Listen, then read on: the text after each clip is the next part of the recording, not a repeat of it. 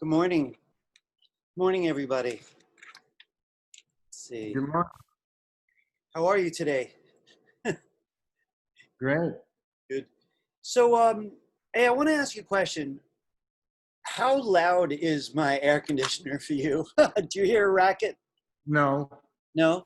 All right, listen, guys, if you get noisy, let me know. Right, because, it's gotten hot. So, let me tell you what we're going to do today. And in a minute or two, in fact, let me just turn this thing off. I think it's all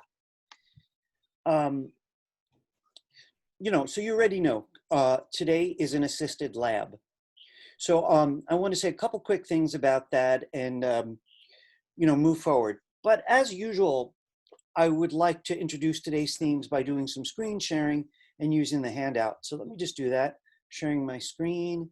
I'm choosing desktop, and I repeated that a lot, though you guys have been doing a lot of screen sharing with me so far. We may need to do that today. So I hope that goes well. That's something I'd like to see more of, having the students screen share with me. All right, let me just head on over to IRAWorks. Let's see, there we go. And get a look at today's class. So I just want to say something really quickly.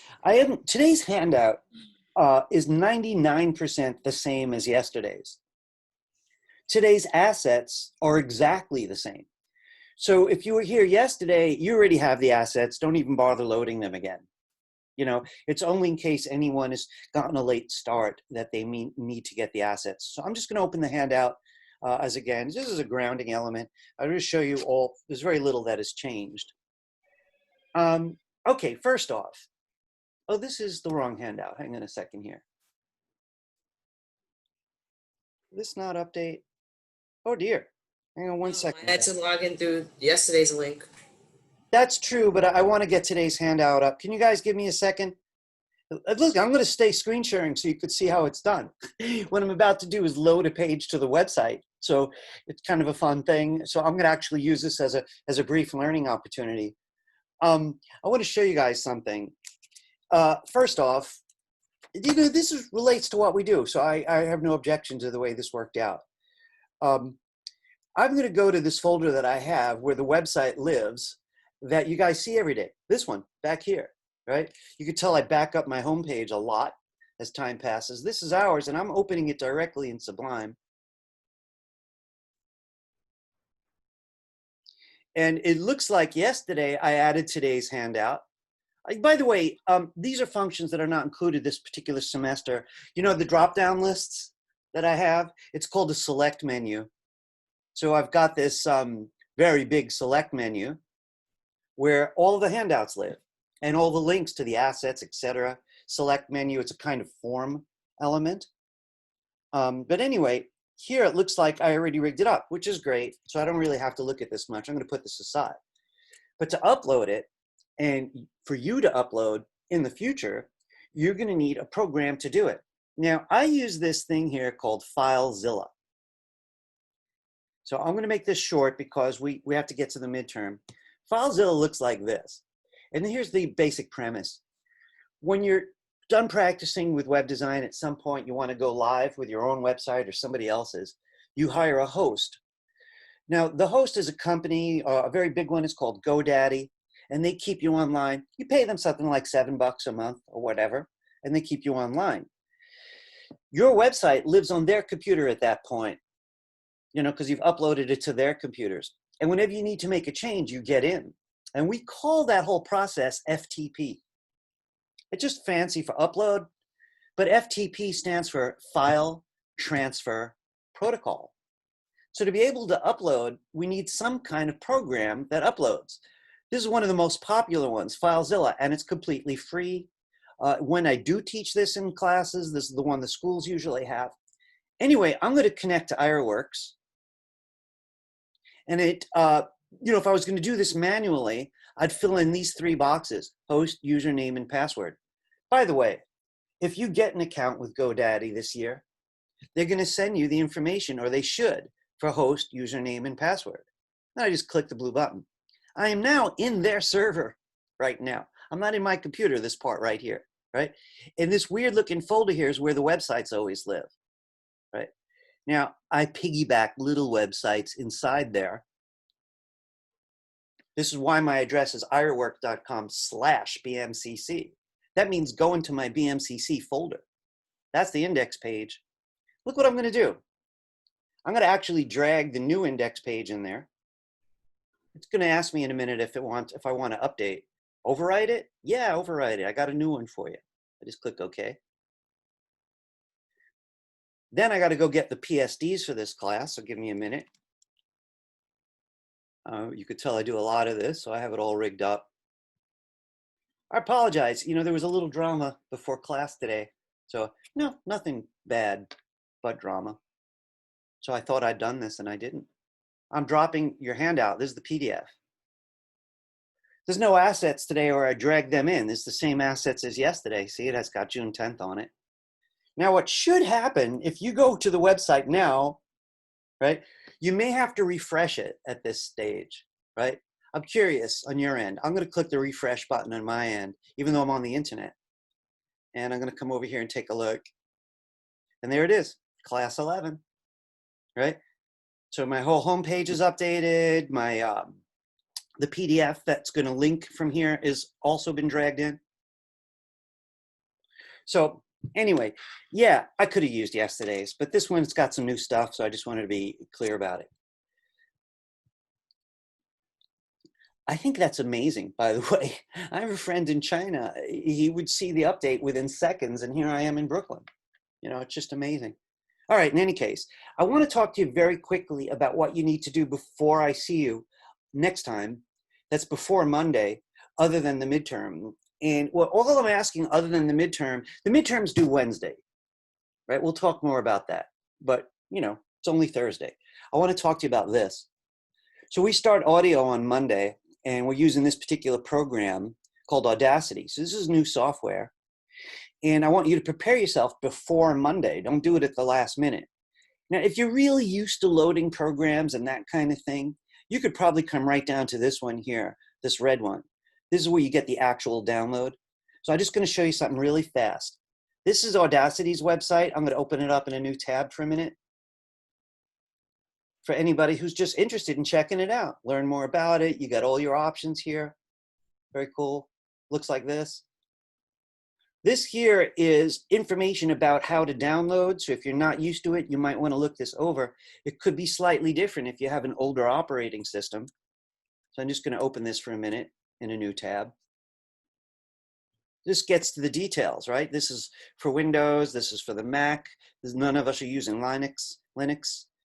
But, you know, really, they have information for each kind of computer here, right? Now, so I read this yesterday to see if there's anything urgent. And I didn't see anything urgent, but I did see something that made me incredibly happy. Last semester, the version of Audacity would not record audio for people using the newest Mac. Now, I have Catalina, so I couldn't record. That really interrupts my workflow. And I was like, oh no, do I teach it even? You know, a bunch of my Mac students have the new operating system. They just fixed it in time for us. That makes me really happy, right? So everyone should be able to record. You just pick the one you want. I wanted to show you one more thing before I drop the subject. So this is the actual download page. I want to say something you might not be used to. You know, big companies like Adobe, their downloads will happen from their own website. Smaller companies use other organizations as sort of like hubs for downloading. The most famous one is called GitHub. Web designers love GitHub. This place I haven't heard of before, but it's reliable, FossHub, right? And that's where Audacity chooses to load from. So I'm going to open it again in a new tab just to show you. So right here, I just want you to always keep your eye out for big green buttons, which are often ads. Get your internet up to speed. That's not it, right? These are it, right? So here they are, all the options. DMG for Macs. Folks, I'm not a Windows expert. You know, we've got at least one in the room if anybody needs to ask for help. But I'm imagining most of you are going to use this. right? So I just got to say, if you know your way around, I'm going to close this. You know, you're used to loading stuff. You could just go to this third one. I want to say something else. Don't do it now, right? Because I'm not really here to troubleshoot this. I apologize. All right, it's not really in the domain. I will be helpful if there's any disasters. I don't expect any, you know. But I just want to mention this little note. You may want headphones, and I want to tell you why I put it that way. When you're recording audio by yourself, you want to hear exactly what's coming through the computer, and you don't want that sound going back into your mic, because then your voice plus the sound coming out of the speaker doubles it, and it creates a feedback loop, it's called. So there's more than one sound getting recorded. You put on headphones, that audio is not going into your mic. Thing is, you don't have to worry too much about it on Monday, because I'm providing the audio. We're learning how to edit it, how to work with that. But anyone who loves it is going to want to record their own stuff. You know, and animators in here, they're going to want to do their own voices. They're going to have to learn how to record if they want to do that. Filmmakers might want to do voiceover, documentarians. So you're going to, you know, want to take on recording. We'll see if we really need headphones in my class. Like I said, I've never taught audio online, so we're going to see how that plays out. We've been doing great, so I'm feeling optimistic. Listen, before I go any further, does anybody have any questions? I mean, we've been here before. You all got Sublime successfully. Then we all got Photoshop. A couple people had to struggle a little bit, but made that happen too. Right now we're getting Audacity. It's free, completely free. Doesn't even haunt you asking for donations, you know. So, you know, have it ready for Monday. It's fun. All right, if there are no questions right now, let me just, again, peek at my chat. No chats yet. I see we have a smaller audience today than usual. And there may be a good reason. I want to move forward and tell you why I think that may be. Look here too, midterm reminder. So today's just the assisted lab, which basically means, look, I know some of you guys really just don't need assistance, but you know, you're hungry for the community of designers and, you know, maybe feedback, or you just want to hear what other people are looking at. So I respect your being here. But technically speaking, I'm treating this as a voluntary drop-in day, you know, for these couple of hours, and mostly designed to get you guys working and to answer questions, maybe to show you some good ideas about how to move forward. So again, folks, if you're really feeling confident and you just don't feel like being here today and you're pretty sure you're okay on your own, don't worry about me. I'm not at all insulted. You could just say goodbye and head out. That's okay. I'll see you Monday. If you prefer to stick around, you just stick around. It's ultra voluntary today. It's funny when I'm saying words like that. What's ultra voluntary? You know, because some people are taking the class completely through the videos. Unusual semester that it is. I can't breathe in here. Let me turn on that air conditioner again. All right, so you guys are voluntarily here. Let's me move forward a little bit. All right, so if you prefer to work alone, just take off. That's okay. Even for those of you out in video land later today, you don't even have to watch today's video, right? You know, you might want to, I don't know. There's no new information that's mapped to today, but you might find at least the beginning of the class helpful. It's very optional. You'll decide if you need it or not. All right, we all know where the view videos are, right? So, you know, here's the usual link. I mentioned yesterday this little thing for anyone who's interested. Guys, again, let me know if my room's too noisy for you with my air conditioner. I'll turn it off. YouTube Premium is free for 1 month, and it lets you download videos. So, you know, who knows? Maybe you want to download your favorite movie. But if you have the need to download any of the stuff for this class,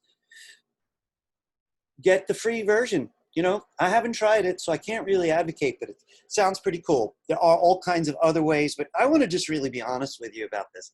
Those other ways, they're not precisely legal. And the only reason they're legal at all is because I'm the owner of the videos, and I say you could do it. You know, but they're far from kosher, as the saying goes, at my house. You know, but in this case, you're all right. If you want to do it the legal way, you get YouTube Premium, as far as I've heard from YouTube. All right. I'm imagining that everybody here was here yesterday, or that most of you were here yesterday, right? Which means you already have the midterm assets. If you were not here yesterday, you're going to need these midterm assets to move ahead, right? You're going to have to get the folder where you can find it. Now, I want to ask you guys something very, very blunt. I'm looking at the names, and as far as I could remember, all you guys were here yesterday. Were any of you not here yesterday? Because I'd like to give you an extra hand if necessary. I really don't mind. So everybody. I wasn't here yesterday, teacher. What's that, Emmanuel? I wasn't here. We're not here. So Yeah. listen, folks, I want to say something. I'm going to say some things mostly for Emmanuel's. Emmanuel, did you see the video from yesterday? No, sorry. I cannot see it today. All right. So I'm going to repeat some stuff you like, because look, folks, this is what I would do in the classroom. It's really not that unusual. This is what I want to say to everybody in the room right now, because I'm going to do just a little bit of a review right now. Most of you do not need this, right? If you're ready off the ground. I know a couple of you got your pages running during class, which means you're rocking, right? And you probably moved into a deeper design place since I saw you last. You know, maybe you've got new issues about design. There's some problems I expect to come up that I'd like to answer questions about. But I'm going to have to hold off on that. So this is what I'd like to suggest to people who really don't need, like, this is how you use the assets folder. This is how you make your own folder. It's going to take me at least 10 minutes, right? Maybe lower your volume a little bit and work. Just work. You know, don't waste the time. You know, there's assisted lab. I'm going to assist Emmanuel for a little bit. Then I'm going to get everybody's attention again. In case the volume's really low, I'm going to wave my hands around. Get your attention, and then we'll move forward. All right. Like I said, I don't have a lot of new material today. It's mostly answering questions. So Emmanuel, did you get today's assets already? You might want to turn your mic. You did great. So listen, I want to show you something about how that works. Right. I'm going to put away everyone's faces for a minute or two. Right. Now, I want to say to you that, let me just put this aside. Let me put this aside. I like to clear up any clutter that's unnecessary. So the assets that you loaded look like this. They're called midterm assets. You have to get them, keep them where you could see them through the whole project. So you want to open that folder up and keep it where you could find it, right? Now I want to introduce you, Emmanuel, and anyone else who might have showed up in the last few minutes who did not see yesterday's class, what this folder is. Now, I just want to say something. Anybody who comes later than 20 after 10, they're going to have to fend for themselves, right? They're just going to watch the video, right? I'm not going to torture you with repeating this any further. Emmanuel, you're on time, so you don't you worry about it. It's reasonable. So let me have a look with you. The first thing that I want to show you isn't in the folder just yet. It's on today's handout or yesterday's handout. Your goal is to make a website on this subject, the history of graffiti. Modern graffiti started in New York City in the 70s, but graffiti reaches back thousands of years all the way into the caves, right? So we're going to do something about graffiti. It just really is not the history of graffiti. I meant to change this. This is about graffiti from history till now. I want to jump to this, though. Everybody's going to produce these 4 pages by these 4 exact names. Index.html is always required on every website, and this is going to be your homepage and the general information on graffiti. You can have a history.html that's about the ancient history of graffiti, and we've got some information on Rome and Athens in Greece, in ancient Greece, and their graffiti. Contemporary HTML is the current graffiti, you know, relatively current, the graffiti of this generation, yours and mine, these 2 generations. Artists features a couple of artists. So these 3 pages are details of the large subject mapped out by the homepage, and that's the way a website works. Homepage sort of says this is general, and each page is a specific vantage point on whatever topic.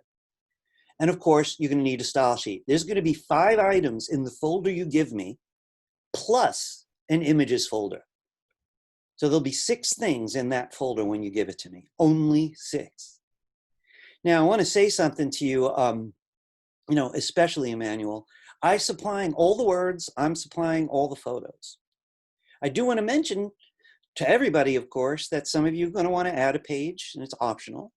And then you'll supply the material for that page, right? I'm going to focus on the core of the assignment right now, just what we saw on the list. So this is the goal.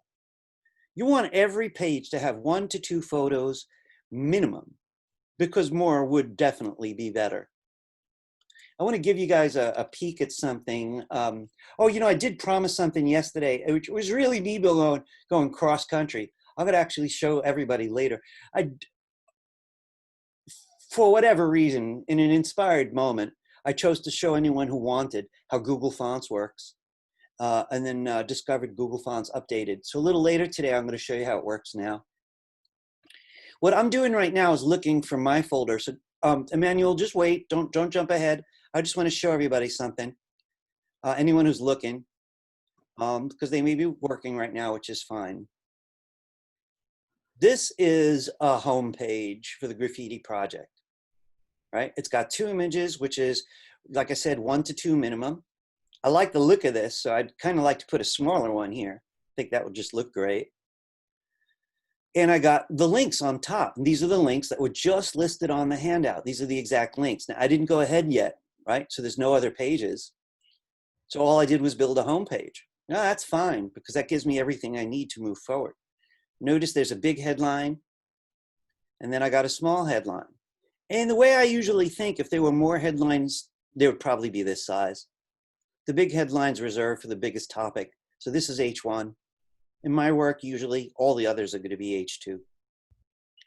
So that's just kind of a visual, you know, on roughly what it might look like.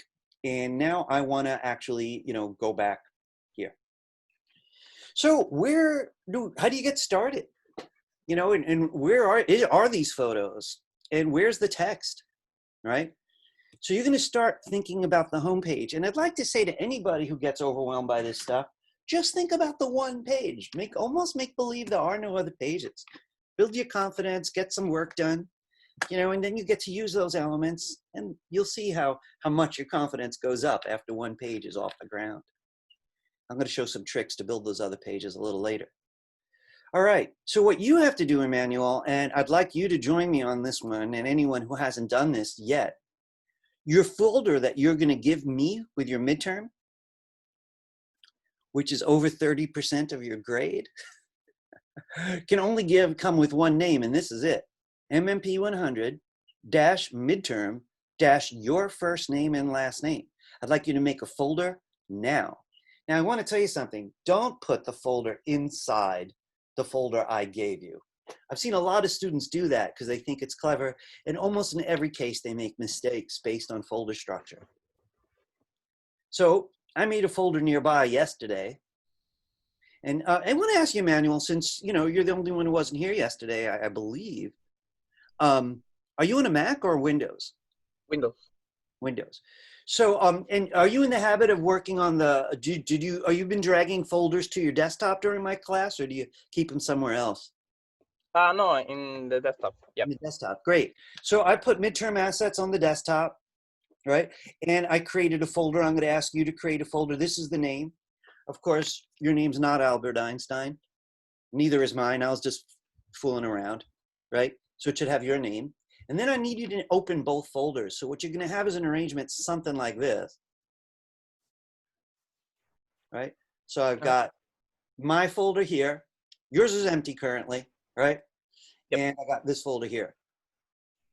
Now, if you'd like a head start, so can I ask everybody else a question if I'm in earshot? Did any of you choose just to go from scratch, just like ignore my, you know, sample folder? You did? I figured you guys would. I say other people, I bet other people have too. I figured that. And you know what? My classes are designed for people to jump in wherever they can. You know, if someone's feeling ultra confident, they should brave the, you know, go the brave new world. Most people, and Emmanuel, if you'd like, what a lot of people do in my classes is they go to the samples and they find this folder called basic HTML, right? And they open it and they drag the index into your folder and they drag the style sheet into your folder. I think you should do that with me now, and you could change your mind later if you like. And that's what I did. I dragged them here. Now, don't drag this little images folder in. That's not necessary. That was just basically, to tell you the truth, just to, just so you could see.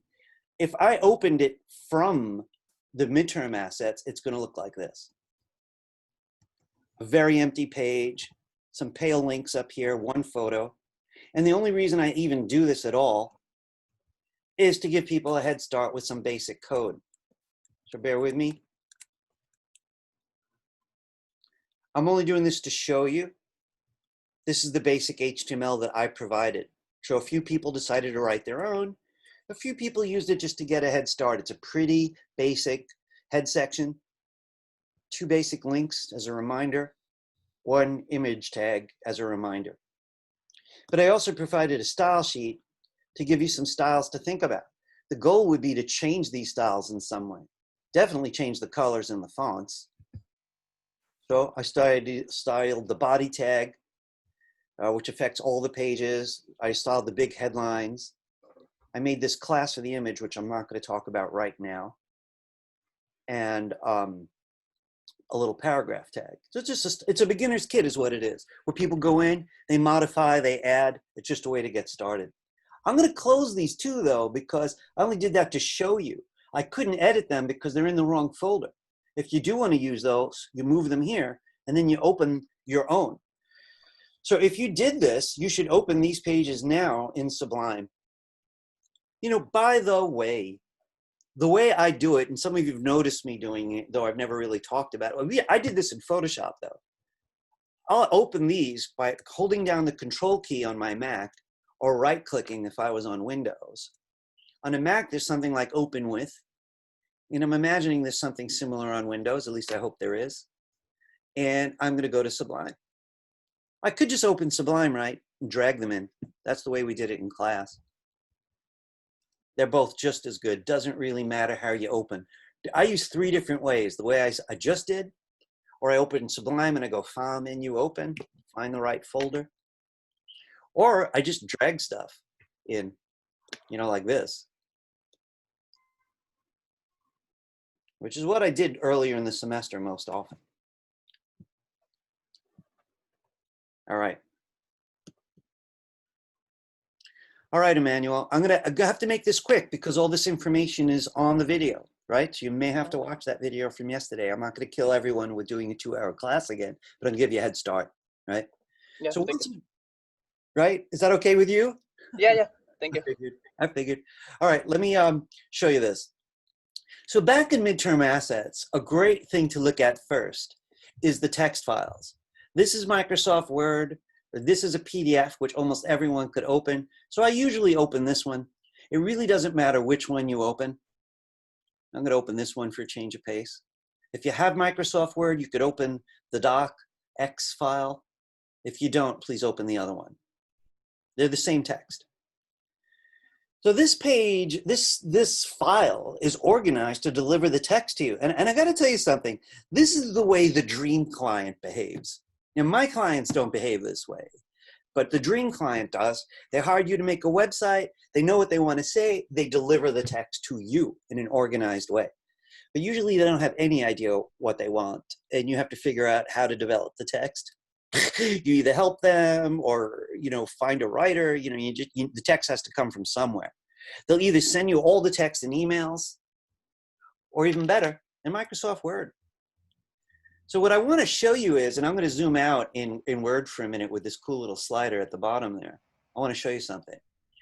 The yellow parts are showing you the text for each page. So all of this is for the index page, your home page. All of this is for the history page. All of this is for contemporary. That's one long page. Good Lord, that's really long. And then there's the artist page, right, with a bunch about Keith Haring, because more was said about him on Wikipedia. I want to get back, though, so that's not overwhelming. As I was recommending, you start one page at a time. So once you've got your index page ready, you take all the text for the index page, but not the yellow part. Your audience doesn't want to see that. That's just so you know where it goes. That's the home page. You take all the text, and you copy it. You make sure you're getting it all. Yep, I got it all. And then what you typically do is this. So let me just push this aside. It's a lot to juggle, I'll admit. You go back to Sublime, and you go to your index page. And I'm going to do something kind of daring. I'm going to undo it pretty quickly. You paste it in the body. These are links, so I'm going to leave those alone. You go inside the body. So imagine my body looked like this, right? Because it's empty. And you just paste it, boom. The thing is, this is going to be one big mess, right? So once you've pasted it in there, your first job is to format it with basic H tags, like H1, and basic P tags for the paragraphs. So in the end, it's going to look more like this. This is super neat. I don't really have to put spaces between the paragraphs, right? Because they don't show up. It's the P tag that makes those spaces. But you go one by one. So you have to keep looking at the text file, find the headline, and make sure that you wrap it with a header tag. H1 is a good one. And then all the paragraphs get plain P and close P. Now I want to say something to you and anybody who's listening. Don't fuse your paragraphs. It's going to lose points. You know, it's like a magazine ignoring their writers and presenting articles as one big paragraph. You know, that's just not a forgivable design crime, right? And it's as simple as putting the P tags and the closing tags in the right places.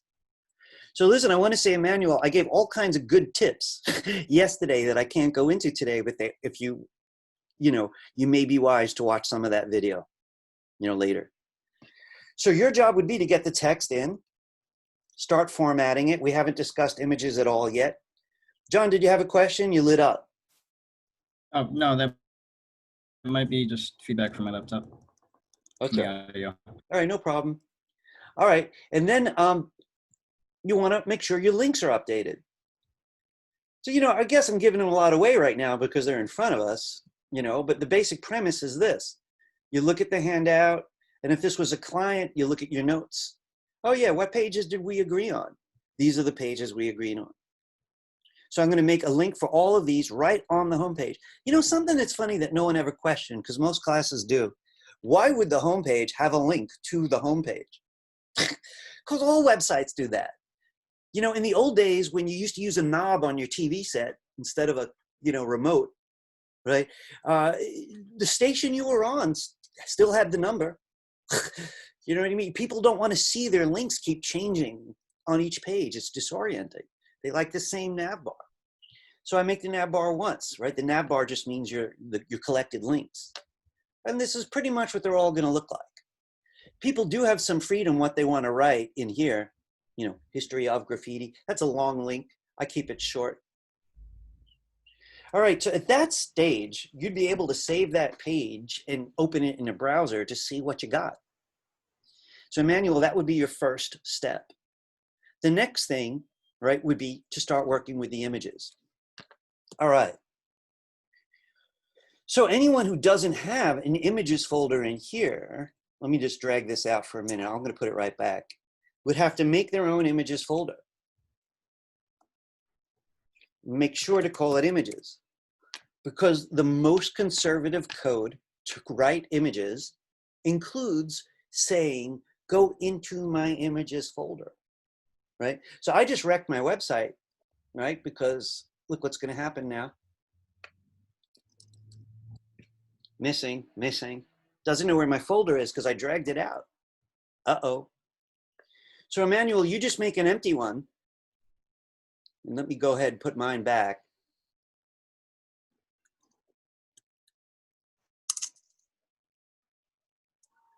And I'm simply going to refresh, and lo and behold, my images are back. So the concept that I've been trying to push on everybody, I got to put my air conditioner on. It's so noisy, this thing. Oh my God. But I can't breathe. All right. About the images. So a person's got one page so far. I'm not the type who just HTMLs all the pages. I'll get one page built before I move forward. You've seen me do that in class. We did it together. a number of times at the beginning of the semester. But here I got my empty images folder. So what you do is, and I'm addressing Emmanuel Most and anyone else who might not have been here yesterday, these folders here that say downloads, I'm gonna actually just rearrange this. All the ones that say downloads are images that are legal that I got through wiki products, right? Wiki products with methods that I showed you in class, in fact. And they're each named after a page. So these are suggested images for the home page, suggested images for history. And you can see the difference. You know, the history folder's got stuff like this. Pompeii, cave art. This is ancient graffiti. I'm talking like 30,000 years old. Everybody's hand who lived in that cave said, I'm here. They tagged people who speak graffiti, but with their hands. So these are focused. Listen, I don't mind you breaking those rules. You know, if you find an image from another folder, you're like, oh, I think it looks good on this page. You could do it. But this is me helping you stay organized. So your first step would be just to look in this one alone. And you look through those images to see what you want to put on your home page.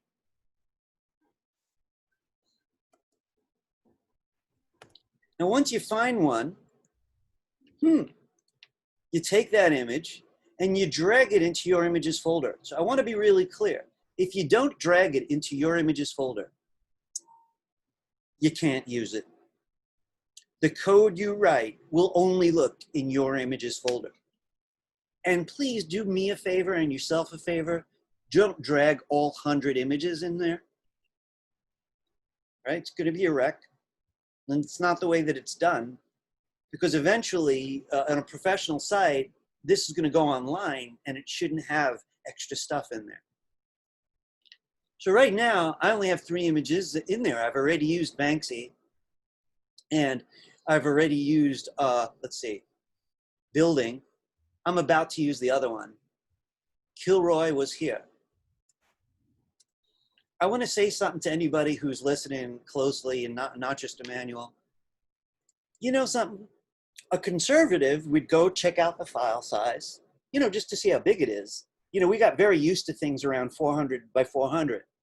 And I did that purposely so that you could say to yourself, oh, this is smaller than we used in class. It must be small. You know, it says 200 on it. Or it's 800 by 800. This must be bigger than what we used in class. So you have at least, you know what 400 looks like.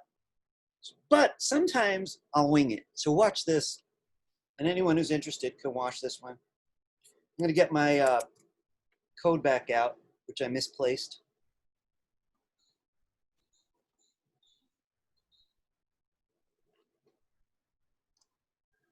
Oh, this is that class. Give me a second there. I thought I had it out. There we go. So I gave a sample image that looked a little bit like this on the sample. And what I'll sometimes do once I got it working with a real image is I'll take it, that whole image tag, Command C, and I'll think to myself, where might I want it? Do I want it embedded in one of these lower paragraphs? So I'm going to put it here for now, right inside this paragraph, the ancient Romans carved graffiti. Let's just get a look and see where that is. Here it is, the ancient Romans carved graffiti. Let's see if the placement of it relates to this at all. You know, because it's a little weird, I'll admit. I'm going to paste it. So it's got an image I already used, but I'm going to save it just to see what that looks like, get a rough idea what's going on. Here I am refreshing the browser. All right. I'm going to leave it there, but I want to try the new image. And I didn't even check how big it is, so it might seem a little radical, but let's take a look. The new image was called kilroywashere.jpg. All right.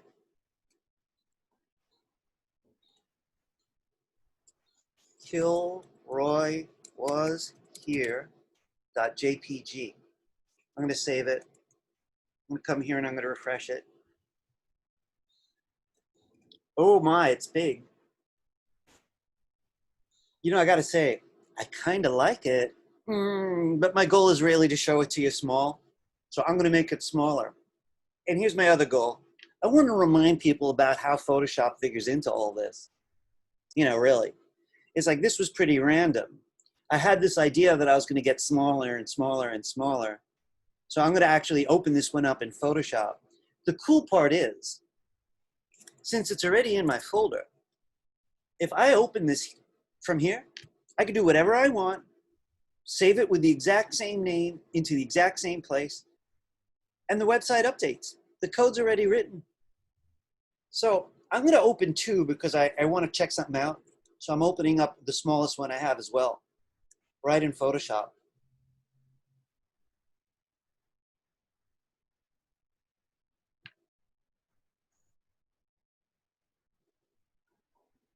I wanted to know how big this one is. And I could have looked it up with get info, right? But I'm going to do it here. Image menu, image size. So it's 275 wide. I'm going to make Kilroy really small. I'm going to make him 200 wide. It's a little hard for me to imagine stuff smaller than that. I'm getting down to like icon size. So here's Kilroy that I opened up.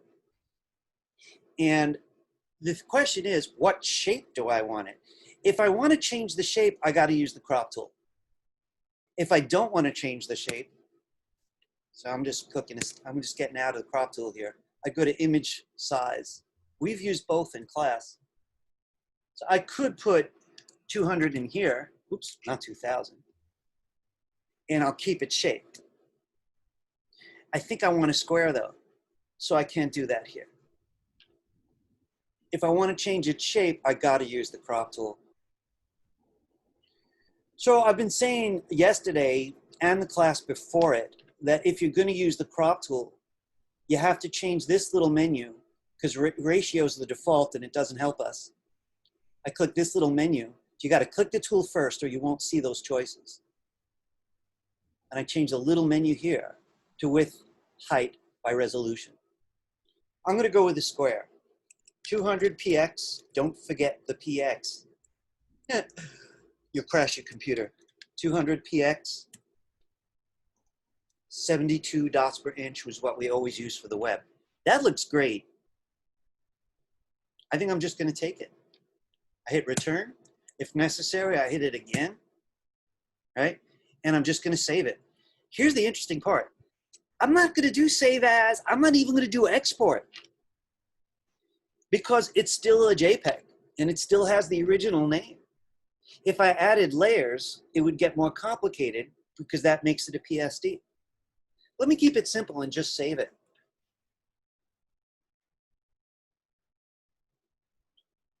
I'm going to keep this at medium. Watch this. When I get back to my browser, which currently looks like this, all I do is refresh it. Oh, I like that. By the way, you might think, hey, Ari, maybe you should raise it. But you got to remember, it looks different depending on the size of the screen. They're all going to move apart. The text is fluid. You know, we call it text flow, right? So if there's less room, it's going to separate the photos. But I still like the way it looks. I'm going to keep it. I just want to repeat a couple things. That was all fairly easy because I found an image from the folder for index. All the ones that say downloads are just images. I picked one and I dragged it in. I immediately wrote code for it. And some of you have memorized how to write code for images. Some of you are using my samples. And the image showed up. So I just borrowed the sample code and I simply changed it. Notice it's saying go into images, right? It already knows about the root folder. By the way, how does it know that? As soon as you open the home page, it knows where the home page came from. And it sees that as home. You know, it is really home, the root folder. And it looks in there for images, and then it gets your image. I just want to say something else to everybody here who may need it. I am not requiring that you use class. The thing is, if I don't, it does give me a lot less freedom. So let's see what Kilroy looks like with no styling. There's Kilroy, and I'm going to refresh him. That could look good. I just wouldn't put him inside a paragraph because he's sitting there right where the code was. With float, he floats there, he floats there. The text wraps around it, but without float, it looks a little like this. I guess what I'd do instead, if I wanted to skip any fancy CSS, I'd put it between paragraphs. You'll see it's a slightly different look. You know, at least it looks intentional. So I do want to say a little bit more if you do like using classes. Hang on a second.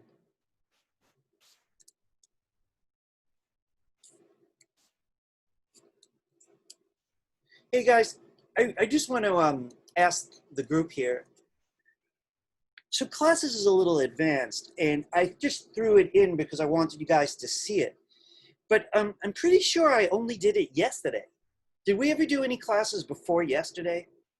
I'm talking about this stuff, just to be clear. This business? I'm right? We only did it yesterday. All right, if anyone says, no, I remember we did it before, you let me know.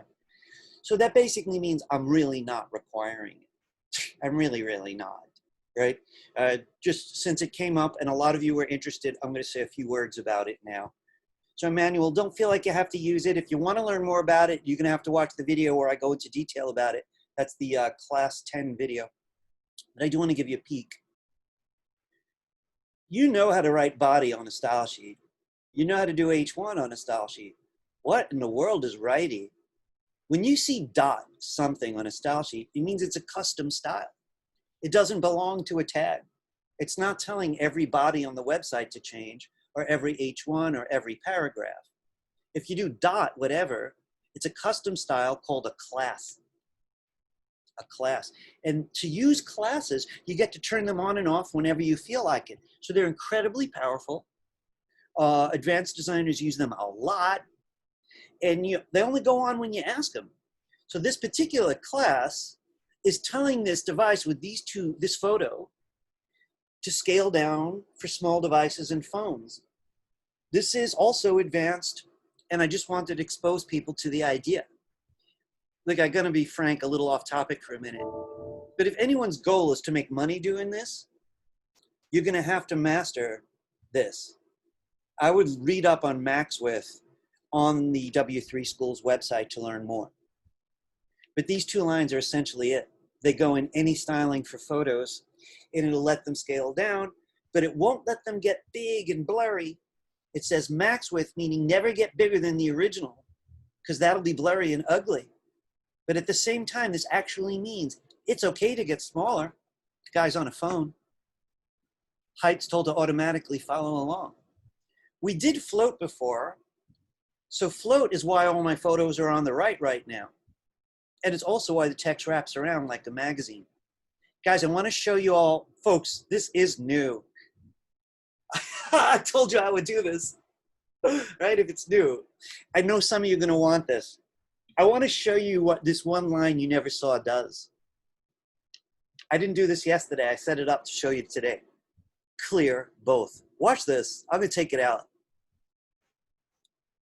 So this is what we learned before. I'm going to save this. Let me refresh. Now, so far, you don't see a difference. If the browser was wider, I want you to see something. What just happened? What is this? Yeah. Do you see, y'all see it, right? So let me just talk that up for a minute. This might have happened to some of you. So all three of my photos are told to float right. They're all getting the exact instruction. Go over to the right. But since they're kind of at the mercy of the flow of the text, if there's enough text, they could all reach the right. But on a big browser, the text keeps moving up the screen because the lines are so wide, right? The text isn't forcing the photo far down. This photo here is trying to get to the right. It just can't because it's hitting the other photo. Boom. You know what this reminds me of? Have you ever seen a really tall man hit his head when entering the subway? Or hit his head on a door, right? And really what you usually say is, hey, duck, right? And anyone who's used to, the English language knows that expression. I don't know why we say duck of all animals, but it just means duck, so you don't hit your head. Web designers say clear. Clear. So I've told all my images, if they bump into each other, duck. Take a look at my code. I want to tell you guys something. Almost always, if I float, I also do clear. And I could have, in this case, done clear right, because all my images are on the right. It basically means if you bump into something, because it's probably been floated before you were, so you're going to bump into it, duck. Anything on your right, just duck underneath it. Watch this. I'm going to save it. Look at this when I refresh. Now it doesn't matter how wide the screen is. All three of these are using righty, the class called righty, and they know they should duck underneath each other. That's only going to happen on a wide screen. Once there's enough text, it wouldn't really matter much because the text is keeping them away from each other. So they're not going to bump in. So I just want to try to simplify that idea. This is also not required. This is just for people who are interested. If you're going to float things to the right, you probably want to clear the right. Sometimes when I'm feeling a little lazy, I'll just write clear both, which means even if you bump into anything on the left or the right, just duck. Basically, don't bump into anything. Since I had the nerve to bring this up,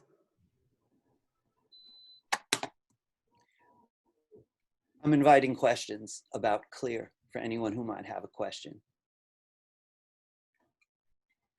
Can that apply to text as well? Say that again? Can that apply to large text blocks as well? Yes, it can. You know something? In class, we did a lot of H1 headlines with background colors. So you might remember we often put color behind our headlines. I took it out of my sample because it confused people. And if photos were floated, they often hit the headlines box, made very awkward overlaps. So if I was going to play those kind of fancy games with my headlines where they had a box or a background color, they were so big they were bumping into things, I might even tell those clear.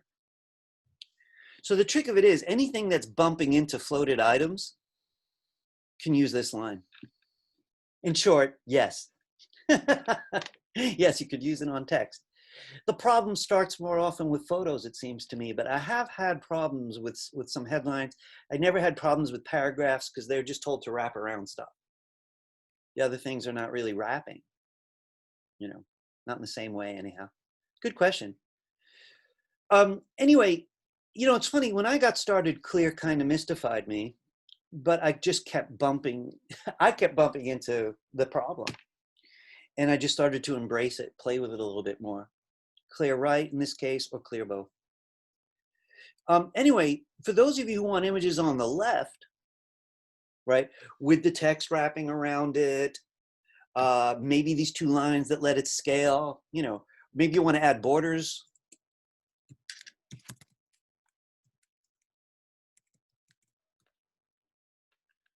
I'm going to give it a 2-pixel border, and I'm going to make it white.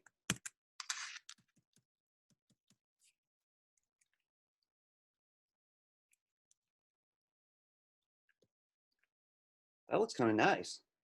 I'm going to keep it. I like it. Tempted to go with yellow if I'm going to keep that. Anyway, I like it. The class controls every photo on the website, but I can't move left. You'll notice I'm not making one for you. There's a comment here, a misspelled comment, which is saying if you want some on the left, make your own. I'd simply call it .lefty.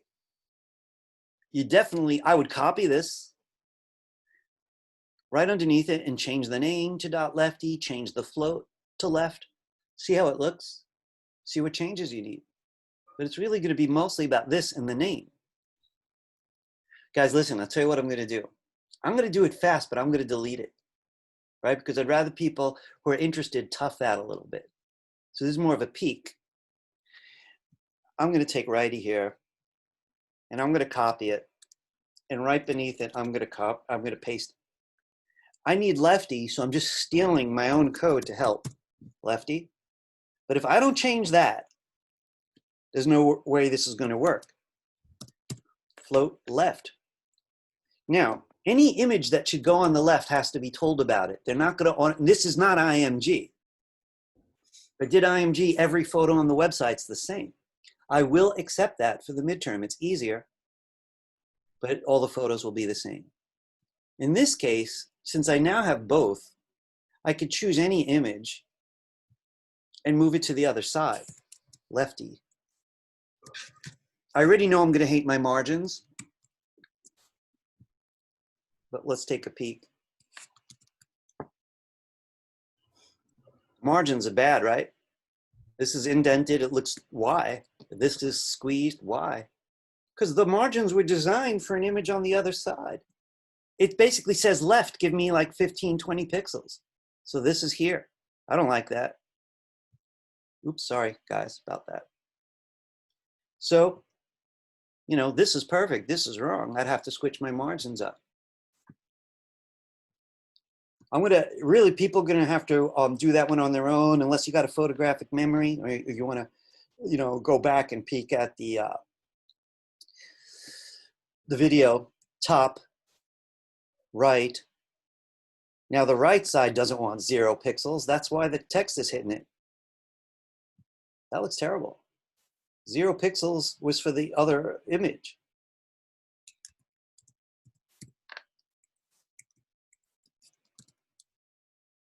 I also, let's see, I think I'm going to put in 35.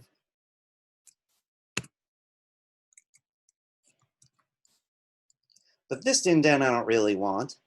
And that's residue because I stole this code. On the left side, it's got a space. Top, right, bottom, left. This will take it right to the margin. No extra space. Right to the page's margin. Now I got the freedom. So I do want to say something to everybody about this. If you bother, you know, just because you want to, right? Again, not a requirement. But if you bother to set up both classes, look at the freedom I have. You know, if this turns into a 100-page website, anytime I feel like it, I could pop an image on the right or the left. You know, and I won't even have to style again. Anytime I pop in an image, I'm like, well, I got 2 classes. I could use either one. It's pretty slick. And I'm going to be blunt. This is how I do it. You know, sometimes I teach stuff because it's a good introduction. But this one, I actually prefer this method. I like this method. Hey, Emmanuel, how are you? Did I overwhelm you yet, or are you cool? You have to turn your mic on. Are you there? Maybe not. This is a weird part of teaching online. I don't know who's here or who's not. So I'm going to switch subjects for a little while. Do any of you guys have any question about your code or about the midterm in general? You know, something that you need a hand with? Don't feel like you have to, but if you do, I love answering questions. You know, you just turn your mic on or chat me.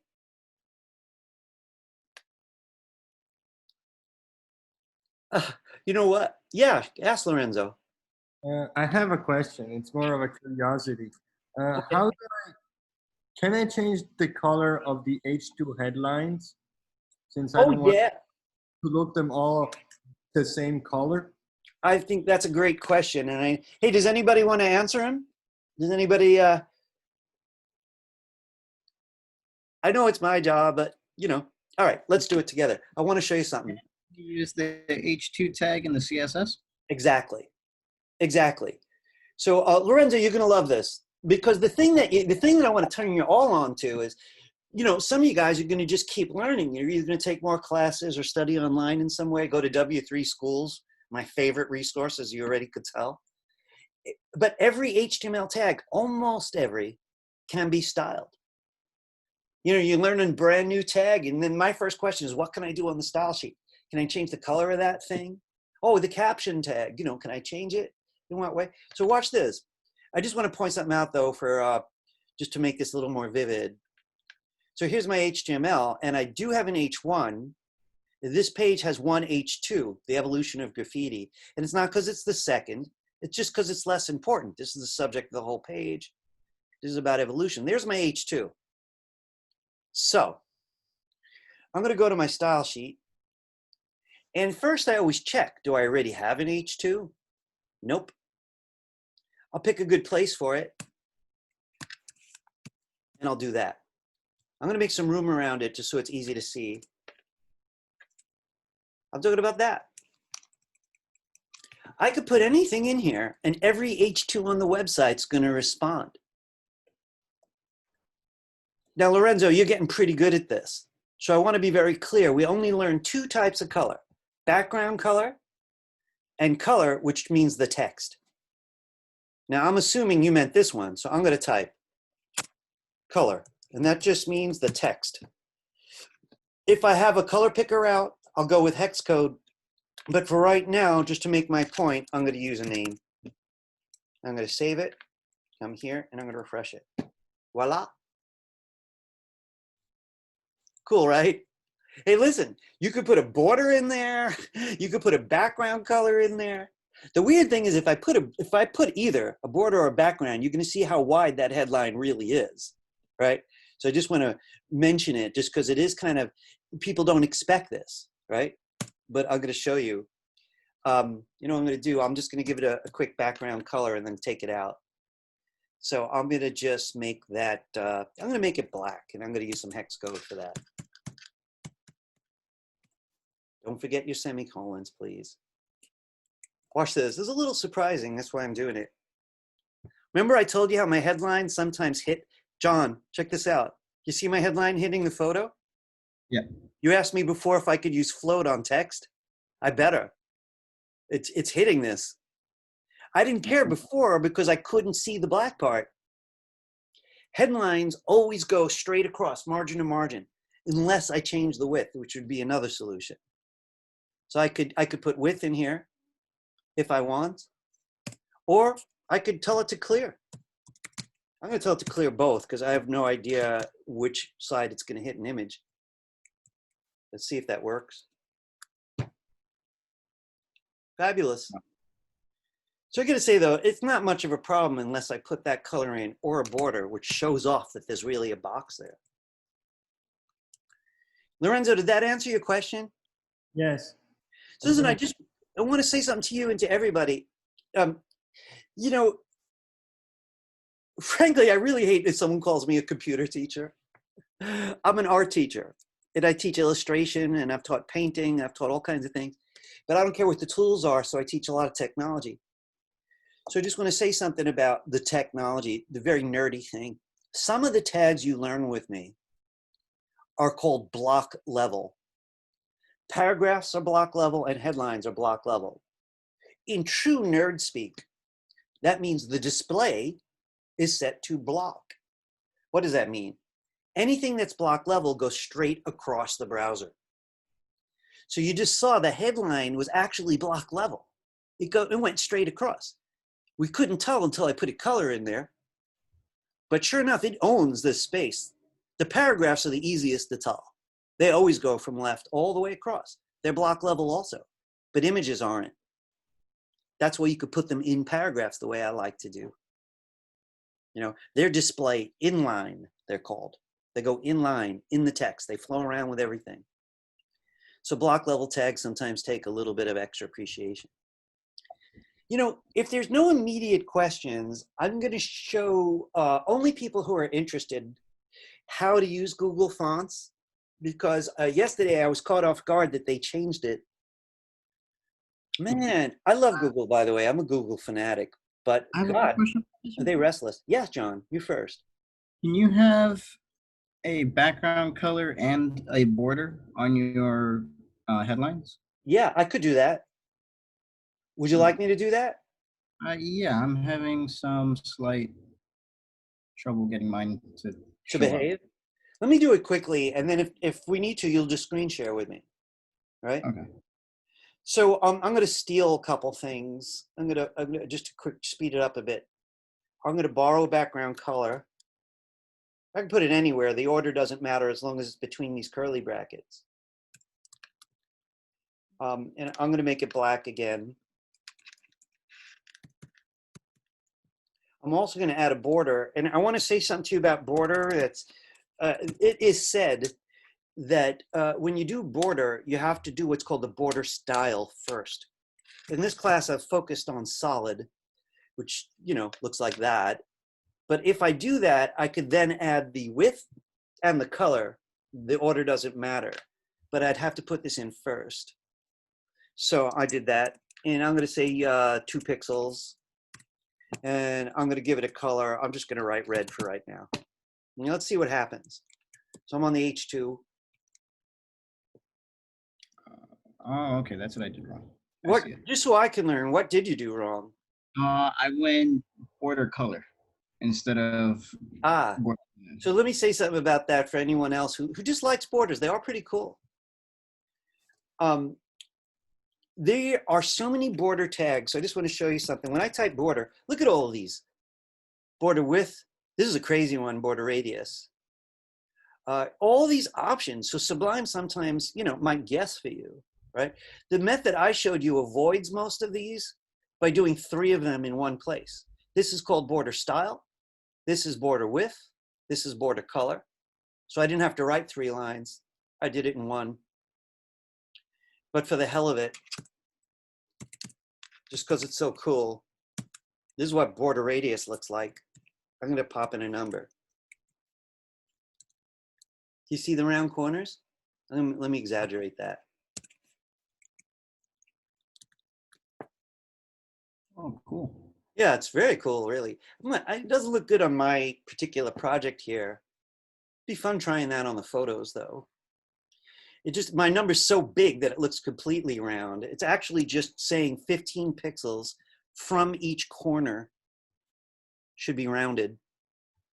So I just changed the number to 15. So it's a little less rounded. You know, it's about finding that magic number. I'm going to take mine out.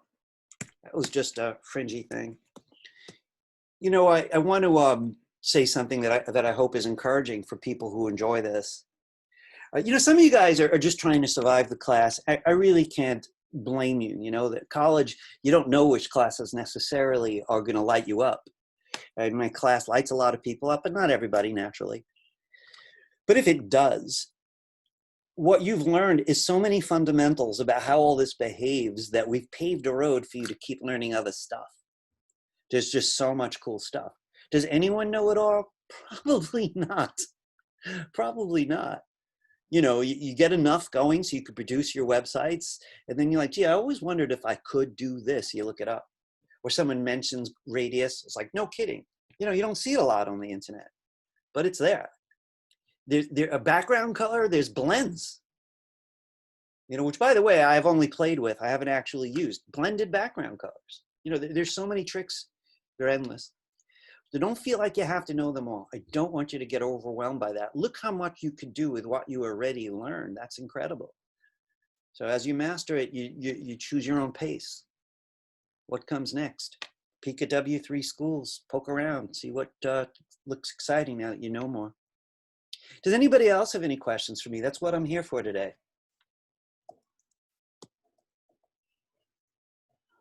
Jeremy, you got lost in creating the midterm site. That's the best excuse for being late I've ever heard in my life. I got lost in doing the work for the class. Cool. I respect that, Jeremy. I'm looking at his chat. I'm here to answer questions. Again, I want to say again that if you just want to work, keep a vague eye and ear, I should say, on what I'm saying, feel free to do that. I just want to say something to Manuel or anyone who might have gotten a late start, or anyone who's feeling like, well, what now? You know, like I got busy with my homepage, but I'm not sure how to move forward. So just want to say a little bit about what options you have about the next page. I'm going to put your faces away for a minute. So if you need me, turn on your mic, shout out. See, if you look at mine, I've got this order of my links. It says home, history. I'd like to do the history page next. So right now I click it. And of course, I'm going to get this, your file was not found, because it doesn't exist. So I'm going to come back to my index page, which has proven that all my main design decisions are working, right? And I'm going to decide how much I want to steal, you know? So the thing is, I want to show you something that I would recommend as being a good idea. Give me 1 second.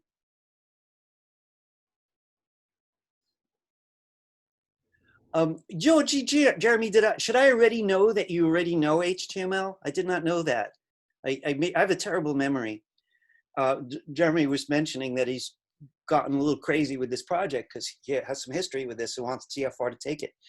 You know, let me say something to anybody in here. This is the perfect project to go to town on, even not for my grade. Let's say you just want to get it done, but later on continue it. Like, why not? It's real. It's got real material. You want to show it off to somebody, they know you could handle a real subject. You know, that's very appealing. I used to have to make up subjects for myself just to prove I could do it, to show off, and then to try to get hired, which worked. So this is a good one. So again, use your own judgment. It's not due till next Wednesday. I would say though, if you're going into a crazy place, Jeremy, like really Brave New World territory, maybe you should copy the website at some point you're confident in. Take the whole folder and duplicate it, like a banked version. I will often do that. This way, if you go crazy on it later and destroy it by some disaster, you got the earlier version safe. You know. All right. I want to just talk about moving forward for people who would like that. Jeremy, you're too interesting. I keep looking at his text. I don't know how many of you guys are doing that. There's murals in. Are you in Williamsburg? Williamsburg, or what's that neighborhood right next to it? They got the best graffiti murals in New York City. Some of the best. Bay Ridge? Ah. No, is that Bushwick? Bushwick. Yes, that's what I was thinking. It's like a graffiti festival. Do you live in Bushwick, Jessica? No, I actually live by Borough Park. Borough Park. But last fall, I went to Bushwick to go take pictures of some graffiti. So yeah, you know, the art world used to live in the East Village, Manhattan. It was like where everybody was for most of my youth when I was your age even. Then the whole art world moved to Chelsea, you know, in Manhattan, the 20s, but on the west side. And all the prices went up and everything got fancy. It didn't have the same gritty experience that my generation adored. But now it's like so much moved to Williamsburg and the neighboring neighborhoods. So all the artists are moving out there and the galleries, and it's got that gritty, like, you know, we're not doing this just for fame and we're not doing this to be cool. We're doing this because we need it. And it's just all over the climate, and I really love it. Anyway, let me get back to it. Yes. I was just going to ask, have you ever been to San Francisco? No, I would love to. Well, there's a neighborhood. I loved it. I got to go to San Francisco. I'm almost afraid you will like it too much. You will, because there's a neighborhood called Mission Valley, and it's just dedicated to beautiful graffiti all over. You walk down random streets, random sidewalks. It's on buildings. It's everywhere. It's beautiful. You know, we're talking about graffiti now, and it's interesting, you know, when you talk about it, since it's like this shared art form that grew out of multiple populations in New York and then spread around the world. It's a great comment on how diversity operates at its best. And what I love about the groove of San Francisco is its tolerance. You know, they're so often come out front. It's like, you're gay, okay, fine. You're bisexual, you're trans, you're black, you're white, you're Hispanic, you're Jewish, you're Muslim, you're whatever. Come on.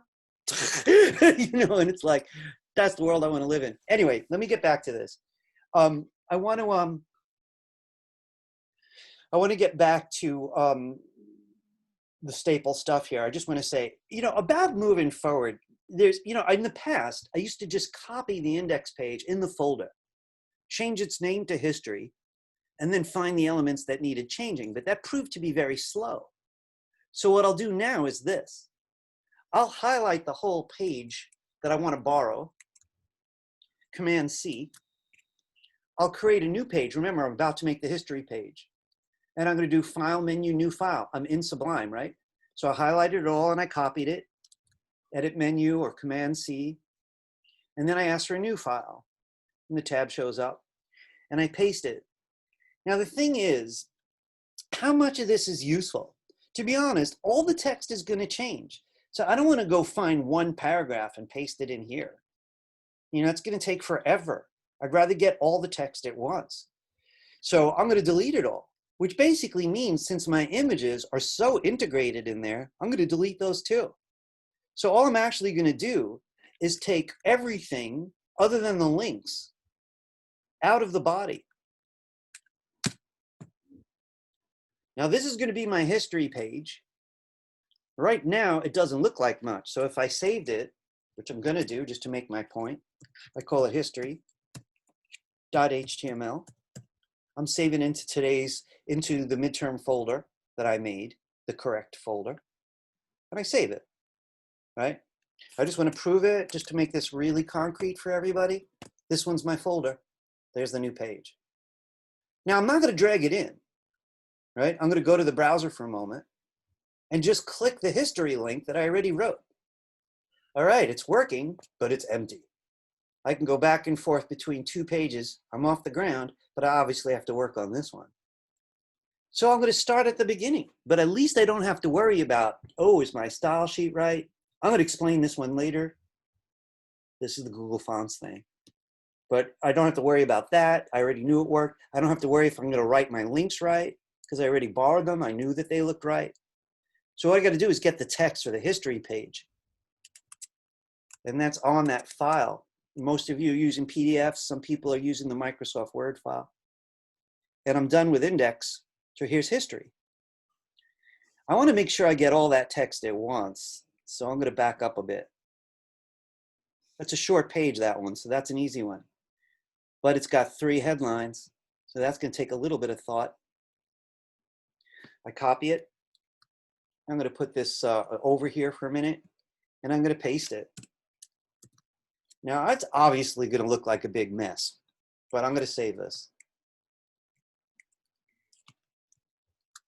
All right, the page is working, but it looks ugly. The next step is to apply the correct tags. Look, this is not too interesting. And if you become a big shot web designer, you might ask your assistant to do this. But what I have to do is refer to the text delivered by my client and say, oh, that's a headline. Oh, sorry. Where's history here? There we go. Sorry, guys, I got a little wild. Oh, I forgot that I did this wild amount of zooming there. All right. So it says history graffiti, that's a headline, and it's an important one too. I'm going to make it an H1. Be sure to close it or the whole page will turn bold. So let me close it. Then you find your paragraphs. And this is really easy, but it takes patience. All right, where does that end? It looks like it ends right here. I'm going to double check. Graffito is the last word in the paragraph. So I'm going to close the paragraph. And as I move forward, I see the styles change because, by the way, I styled the P tag on the style sheet. So don't be lazy. You got to decide by looking at the text if it's a headline or not. I'm going to make this an H2, and I know I'm being repetitive, not because it's the second headline, because it's not the main subject, it's a subtopic. Oh gosh, I forgot about all that. I'm not really liking these. I'm going to go to my style sheet for a minute. Doesn't look good on mine, so I'm going to take that background out. I'm going to take the border out. It might look good on yours, it's just not working for me, so I'm taking that out. There we go. And what you do is, after you've pasted the code on that new page, you know, the words I mean to say, however you go about it, you find each paragraph, and being energetic, because I will take points off for paragraphs that were not marked. I'm a little quick at this because I've worked with this text before. So I kind of recognize stuff, right? And I'll chew my way through it. It looks like I'm almost at the bottom. And if I wasn't sure, I'd have to look at the text. Is this where that paragraph ended? Or is this where the headline goes? I want to show you, I have two H2s on this. Yeah, I have two H2s. What just happened there? I'm on the history page. Did I not save it? Oh, there we go. Sorry, I didn't save. Now I saved. Looks nice, right? So, one point I want to make, I'm going to add an image in a minute, is once you got one page down and some styles that work for you, the rest of the project goes like lightning. So designers charge different ways. They're like, I charge by the page, and they know that the first page they lose because it might take all day, but the other pages are going to be spit out. So even if it was $200 a page and I did a 10-page website, I know 9 pages are going to go by quickly, really quickly. So it becomes a lot of money. All right, what about the images? Now you all know how to do images, but I'm just right now sharing tricks with you. If I like the way the images worked on my homepage, then I'm not going to reinvent the wheel. I'm going to borrow one of these just to get myself started. Maybe I'll borrow this guy again. So what I'm going to do is go to my homepage and borrow an image. Look, there's nothing wrong with hand typing it. Some people learning prefer to hand type it so they get more practice. That's not a bad idea. I'm going to save it. I borrowed this from the homepage, and I'm going to the history page. And I'm just going to pop an image. This one was embedded in a paragraph on the other page. I'm going to do it again. Save it. Let's go to the history page. Am I on the history page? No. Right? Now, obviously, I want to change that image, and I might want to change the side. I do want to remind you that changing the side is easy now because the style sheet has lefty and righty. Yours might only have one, and that's okay with me. But clearly, that's not the image we want. So I know all my technology is working, but I want a different image. So I'm going to go there for a moment. It's a mess. There's stuff all over the place, right? I think I'm going to hide Photoshop just because it's cluttering my stage. All right. I need to get at the folders. If I'm done with the images for the home page, I close it. I'm on the history page now, and I'm going to peek. I love this image. I think I'm going to use, oh, I love this image. They're all from the same page. Some of these from the same page. Some of you may have heard of Lascaux. Could you believe this is 30,000 years old? I'm pretty sure. Man, no art school. How did these people learn to draw like that? They couldn't even speak yet. Why are there 2 of these? I'm going to use one. So I'm going to take it, and I'm going to move it into images. Oops. It's really got to go in images. There we go. So that's in there with its friends, right? I'm going to change my code. I got to make sure now I'm on the right page. God, does it feel bad to start working on the wrong page without realizing. So all I got to do is change this.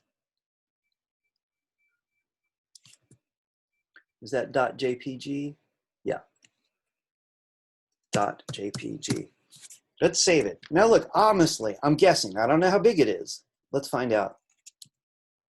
It's big. Now I want to say something to you. If it was shorter, that might have looked really cool. I could crop it, keep the width if I like it. But I don't. I'm going to make it smaller. I do want to remind you of one thing, though. Look how it gets small. So that I don't have to worry about at least. As big as the original is, it's going to change size for every device. So I want to say a couple quick words. If I don't like its overall size, I do have to go to Photoshop. About it scaling down, I want to repeat, it's only because I did these 2 lines. These are not a creative thing. I just literally put them in my styles for images most of the time. But I don't like its size when it's large. It's just too big. So I'm going to open it in Photoshop. Now, I moved it into the correct folder already, so I don't have to worry about which one to edit. I'm only going to edit these. And I'm going to open it in Photoshop.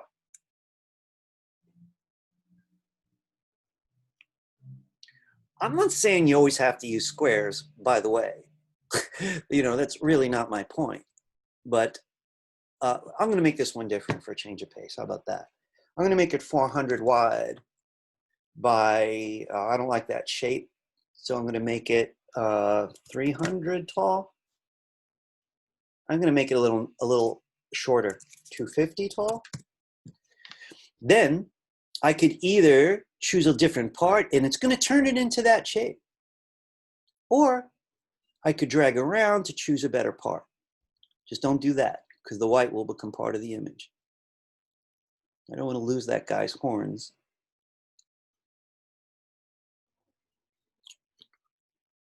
I kind of like this. I think I'm going to keep it. And all I do is save it because it's already a JPEG and it's already in the right folder. Save. I'm going to get back to my browser. Sorry, guys. And all I have to do is refresh. I don't have to touch the code at all. It's looking in the images folder, and it's just going to get whatever's in there. Nice. Kind of liking these ancient colors, how they go with this green. I mean, these guys are squashing up berries and stuff to make these colors, so, you know. I'm thinking that a number of you already have all your pages, you know, so you might not have needed that demo, and you might have made your other pages in different ways. You know, I was just talking about ways to speed it up a little bit. So if you remember, the main premise of what I was saying was simply this. Once you have one page that you like, and I'm talking about the HTML now, right? You could always borrow that code if you want by copying it. I don't have a contemporary HTML page yet. My links are going to look for it. So I'm going to borrow the copied text, paste it. But I got to remember, I got to throw most of it out. I'm only using it for the things I could safely recycle. The head section, the links. I'm going to go ahead and take all the text out and the current images because they're just going to confuse me. The only thing is, please don't break your closing tags down here. The bottom almost always looks just like this. The body closes and then the whole page closes. You know, so again, it's the same thing. If I save this with the right name and into today's folder, I have a new page. The page is damn empty, but it should work. I have to do like I did on the other two. I have to go get the text, format the text, and then pick some pictures. You know, so, you know, that is rather repetitive, but it's also kind of satisfying. I'm afraid of people missing a lot of text on some of these pages. You know, I don't mind too much if you really insist on shortening them. This one's crazy long, so it would take a little while.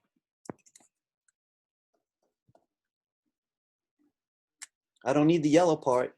That's just to help me know what to borrow. I copy it. I go back to Sublime. I'm just going to paste it loose in here. We know it's going to look bad.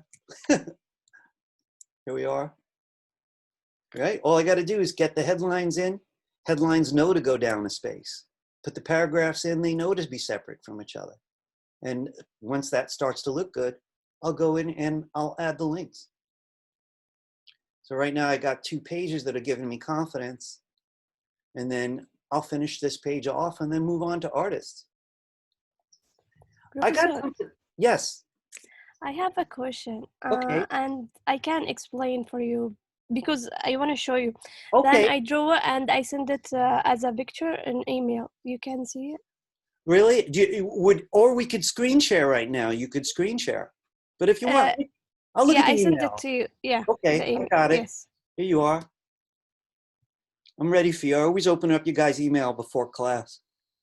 You want to put the images one left, median, Yeah. right. Do you want 3 of them in a row? Yes, and everyone have like information, different Underneath it. information. That's a little Yeah. harder, but I am going to show you something you're going to love just to get us started, okay? Check Okay. this out. Really good question. Guys, let me just check my phone because you've heard me say this before. I always check to make sure it's not an emergency. You know, when 9/11 happened, some of my friends I couldn't find for days. They wound up all being okay. But since then, I'm very sensitive about that. All right, I want to show you guys something. I'm not going to use this page because it's the least developed. I'm going to use the history page. Let me just get, oops, sorry about that. Let me get to that page. Here's the history page. I want to use a small image for this particular demonstration. So I'm going to work with this guy right here. So give me a second. I want to steal it from myself.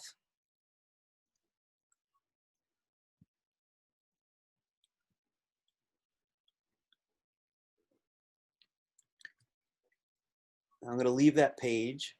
I'm on the history page. I'm going to the history code. Here it is, history page. And I'm going to pop something down here that I think you're going to find pretty interesting. So right between the paragraphs, I'm going to put that one image there. Watch this though, which is kind of weird. The same image and the same image. And all three of them are say to look at righty. Now it's not going to do exactly what you're asking for, but I want you to see what happens. Now, currently, they're stacking this way, which isn't what you asked for. I want to tell you something about that that's so interesting. I'm going to actually make a new class for this. But before I do, I want to show you what the heart of that problem is. Righty says to clear, I mean duck under each other. But if clear wasn't there, I just made it into a comment so I could turn it off quickly. Look how they behave now. I want to point out why that works, right? For a minute. So the first image that said float right is this one. The second image said float right, but it couldn't make it there because there was one in its way. So it only got this far. The third one tried to float right also, but there was this one in its way. So it only made it this far. This is one of the most popular tricks to line images up next to each other, right? You tell them all to float right or float left, right? And they simply stack next to each other. And here's the image I'd like you to use. Let's say you're at the train station, waiting for your train, and the car coming in moves to your right, and it goes to the end of the platform. The second car of the train can't go all the way to your right. It follows it, goes as far as it can. So now you got two cars. The third car is third. So it's basically this. They're all trying to get to the right side of the train platform, but only the first one could get there. The second one gets as far as it can. It won't work if it has float. So what I just did was not the best solution because I broke the other pages now, you know, and things might start bumping into each other again. They might need clear. So I think what I'm going to do is this instead, just for your purpose, right? I want to turn this back on, right? Sorry. Hang on there.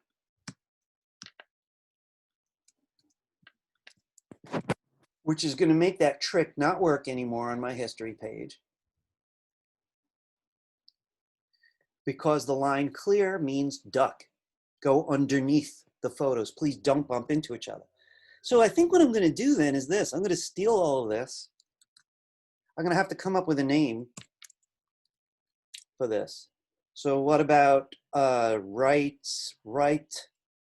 I don't even know what to call this. Let's call it right. I'm going to call it right side stack. Not the best name, but that's what I'm going to call it. This is going to use all the same elements, but not clear. This way, all the ones using righty, they don't have to be affected. Anyone that I want to do what you just asked me to do, right, Sala, is they're going to have to use this, or whatever you choose to call it. This is a bad name, but it's what I got. So I'm going to go to the history, and here's all those Kilroys. I got to tell them to use the new class.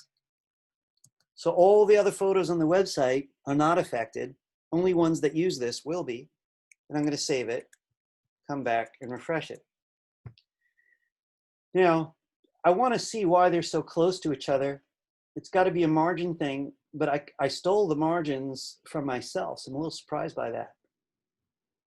Margin, top, right, bottom, left. I think I'm going to work with the right side. Bottom is fine. The left side, I'm going to set to 0. And my logic is basically this. If each one has space on the right, let's see. These are floating to the right. Let's see what happens. I'd have to think the margins through just to get what I want. So does that make a little sense? I didn't include the captions yet. Are you there, Salah? You have to turn your mic. Yes. Yeah. Yeah, but I want to add like everyone have like different information Underneath it. down. Yes. So, the word for that in English is captions. Caption in design and in many areas means the words under a photo. So you want to know how to do captions. So I got to say to everybody in here, the two ways that I do captions are neither easy. Neither of them are easy, right? And they're really not altogether obvious. They would take some time for me to show you. One way is to put a box around each photo that could contain text underneath it. You know, so each photo would get a larger box where I could put the text underneath it. Those boxes would be divs.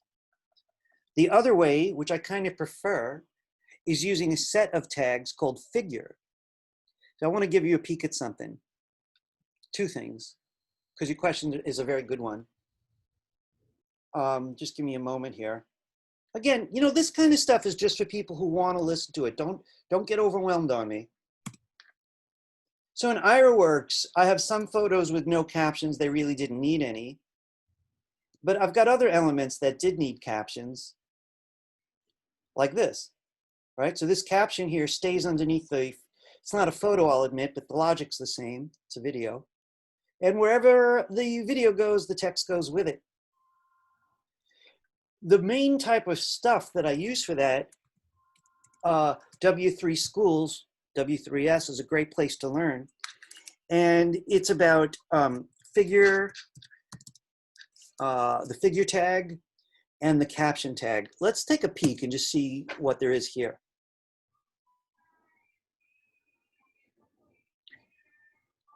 And this is what the figure tag looks like. It goes right before your image with all its stuff. And it's followed with fig caption, fig caption, fig caption. Watch this. I'm going to click try it yourself. Guys, by the way, if you haven't tried the try it yourself feature on W3 Schools, you'd love it. It's a great way to learn stuff like this. Watch what happens when I click it. Try it yourself, it says. So on the right side, I got a photo, just like Sala was asking, with text underneath it. And on the left side, it's got the arrangement I described. Figure underneath it, the figure caption right here. I could, this by the way, has put the some CSS inside the tag. I'd rather not do that. So I'm going to stick just with this. But look, all I do is if I change the caption and say, beautiful house, I click run, beautiful house, right? And this is how I learn about it. So I could keep making changes here, you know, to see, you know, what I could change. So that looks pretty profitable. That is worth trying. I'm afraid of doing it on my own page right now because here's my only experience with it. And Sala and anyone else who's interested. This is my favorite method to work with captions. It's fairly new, so a lot of older web designers don't know it. You're learning HTML5 with me, which is the newest HTML. This didn't exist in HTML4. So people had to really work hard to do this, and mostly we avoided it till this came out. The only time it acts weird is if you have a really long caption. On my website, the caption is 3 lines long, and so I had to figure out some very fancy CSS to make that work. The way this one works, if your caption's too long, it's gonna start busting right out on the right side. It's gonna go too far out. So I'd suggest if you use this, just keep the caption short. Sala, does that help a little? Then I'm gonna come to you, John. Sala, does that make a little bit of sense? Yes, yes. And also I can do like for all the picture. I have like 3 picture, and each one have the same things, like different Oh, you know information something? in I data. can't resist it. So I'm gonna have to stick my neck out right now because your question is just too good. So give me a moment to rig this up. I'm going back to my history page for a minute. So each image would have figure. Now, you know, we're mixing things, so I don't want to guarantee that this is going to, you know, be as simple as all that, but it might be. So I've turned this into what's called a figure. And a figure is allowed to have a caption. So the figure's got the photo in it or the artwork and then the caption. I'm going to save this. And I want to see what that one little change looks like. Not happening. Give me a moment. Let's see. I'm going to actually try something a little bit more elaborate.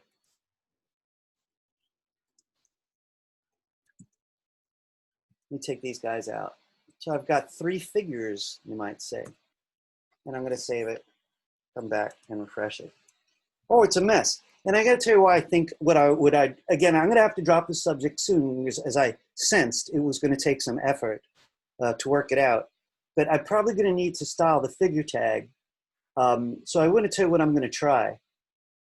I'm going to take this here. Let me just think. I'm going to take this out for a minute. Let me just take it out. I'm going to make a new class. No, you know, I'm not.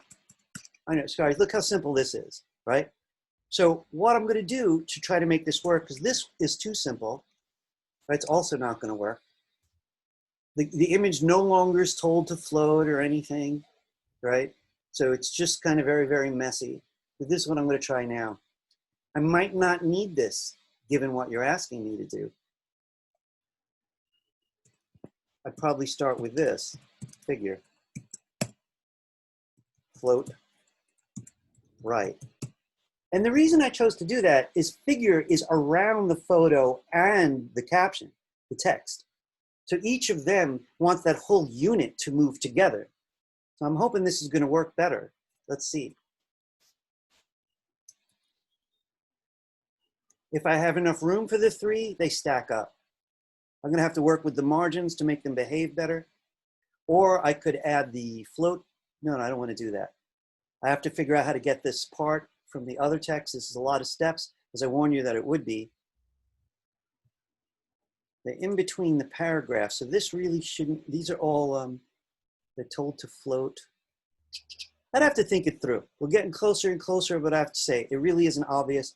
And I apologize, Sala, that I can't spend, you know, endless time on it. You could see we're getting closer and closer to it. And I'm really never satisfied when I don't answer something completely. I have to do a little bit better saying, maybe not today. But I want them floating right, but I don't want this here. So I'd have to just think a little bit about how to handle that. You know, I'm kind of tempted to just do something simple and see if that would work. If I took all of these, if they were in a simpler place, would it behave any better? I don't know. It's not an old tech. I've used it a bunch, but it hasn't been around for years. You can see I'm getting closer, right? I really just cheated a little bit. I put it between a paragraph and a headline, and just on a hunch, I thought it might be more agreeable. So I'm getting closer. This is a little high. I'd have to figure out why that is. But this is the gist of it. So it looks like 2 of these. Oh, I see what's going on. Let me just check something. Only 2 of them have the earlier class we made on the inside. And one of them, I deleted it. So they're all looking a little different. I'm a little more satisfied there. I'll tell you what I'm not satisfied with, Sala. I'd like to give you simple steps and say this is exactly how you do it. But the fact of it is it's kind of advanced and it would take longer than we have. So I'm going to ask you to just do your best. You might have to give up the captions, or if you're brave and you want to tough it, you could probably figure it out. Did that help a little? Yeah, it's help. Yay. And yeah, I like it. Excellent. Yeah. John, Thank you. my pleasure. Jonathan, did you have something on your mind you wanted to share? I think you answered it because it was just regarding if you could throw in the figure class instead of the image tag in that. Right, and I like the way you think. So, the answer, the simple answer is obviously yes, but the deeper answer is this. Don't get too crazy with those classes because, I teach a class at another school. The whole semester is this, and everybody's fine for 7-8 weeks. It's a 15-week, once a week class. But by the time we get to the 9th week, they've learned so many things to play with. They get so greedy about it. They're trying everything at once. And then people are burning out. The websites are falling apart. There's code all over the place. It's not what I call clean anymore. So one of the things that causes that is too many classes embedded in each other. So I got to admit, this is not too crazy, but even for me, I want to go back and think about it, right? I didn't use a class on figure, right? Because I wanted them all to behave the same. So instead, I just did this. This is a tag. This is just like the others. That's why it's in red on my screen. It's HTML. So I didn't have to make a class, but I did style it. I told all the figures to float, and I really do stand by that.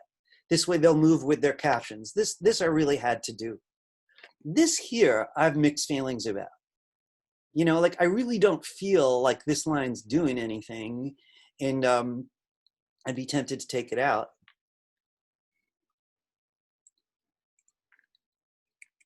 To see. No, I wasn't doing anything because the figures were telling it where to go. There was no room in those boxes to move right or left. So that was extra code. And the only reason I bring it up is too much extra code comes back to haunt you later. It doesn't feel right, but I'll just leave it. And then later on, you get these conflicts. I've seen people do this. They write some code for H1 that says be red. So all the headlines are red. Later on, they make a class for headlines that tells them to be yellow, and they start losing track. Why are they red? Why are they yellow? And it just gets worse from there.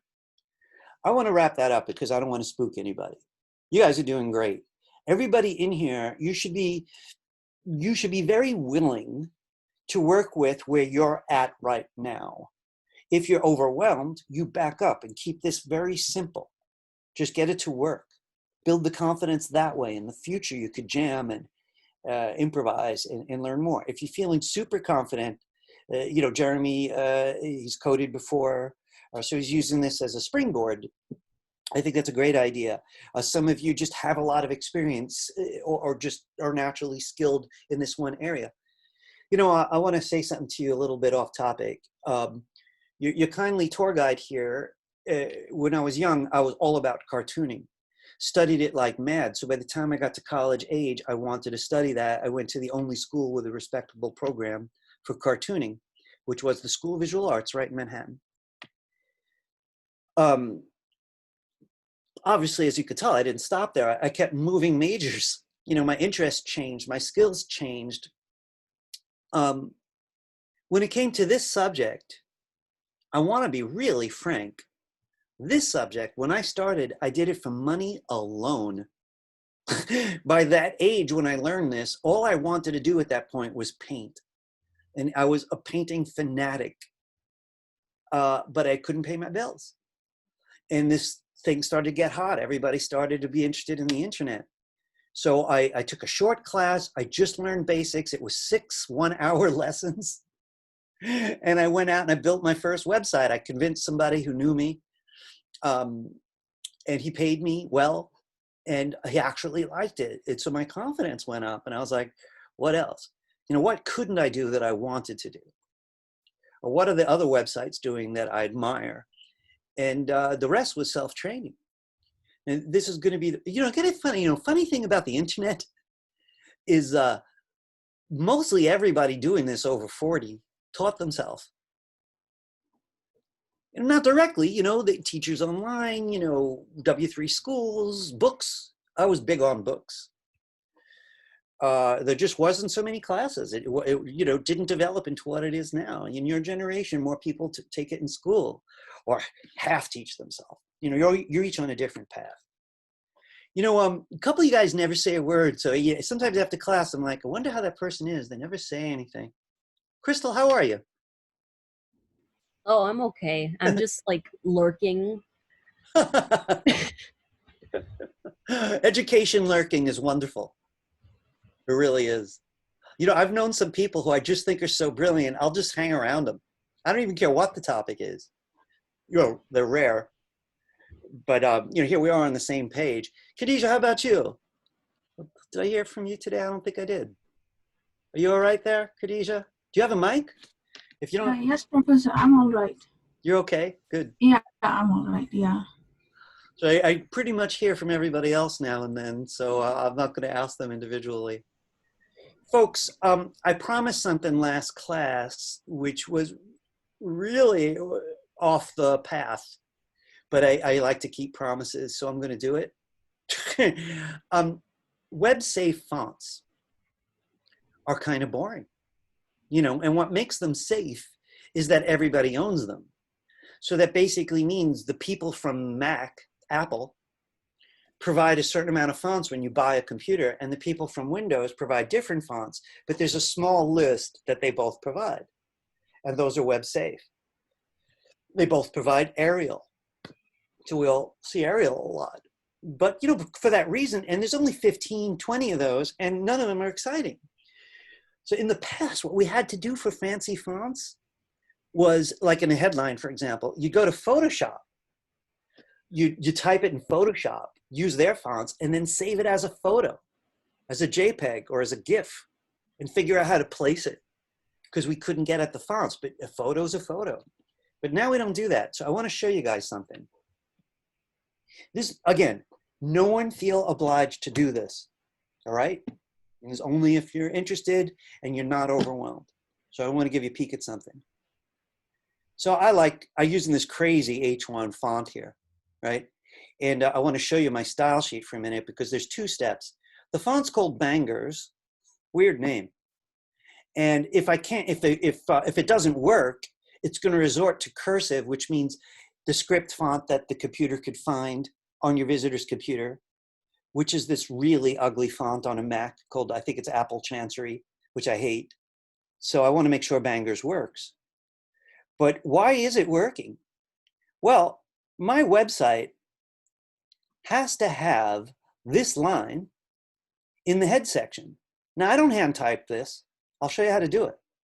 But if you'll notice, it says, let's see, let me get a look here. Bangers. So it says, go to Google APIs, it's, you know, GIFs from Google, style, get the family called Balu, and that's what I'm using in here, Balu Thambi, plus get Bangers. Now, I'm never going to write this myself, so I'm going to do it over. Watch this. I'm going to take that out so it looks more like everybody's. I'm going to save it. I already broke it. Not yet. Oh, it's in my computer's memory, so that's making it look like it's still working. Let me go to, where am I? The style sheet. And I'm going to take out my font families. So there's font, there's Bangers, there's Balu Thambi. And I'm going to save it. I'm going to refresh this. All right, there you go. The fonts are not there. So how would I find fonts? So listen, folks, I'm doing this as a present, and if anyone wants to join me, you feel free to join me.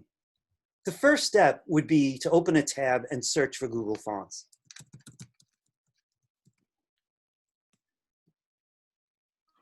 Here's the link.